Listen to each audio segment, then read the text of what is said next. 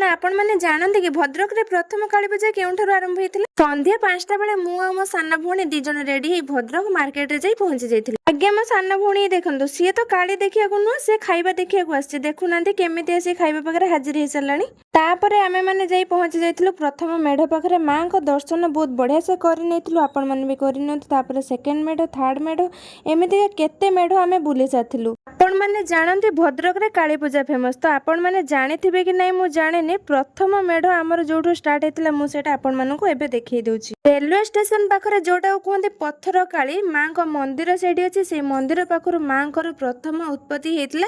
तापरे अन्य जगह मानकरे काली पूजा स्टार्ट हेतिला। आपण माने केबे भद्रक काली पूजा देखिया को आछंती कि नाही मते कमेंट करी निया जणेबे। आम मानकर तो बुलाबुली सरीगला वर्तमान पई खाइबा पीबा टाइम खाइबा पीबा करि सालुनी एबे आमे घर को बाहरुछु तो आज पई मु रहूची पुणे आमे देखाबा नुआ ब्लॉग रे।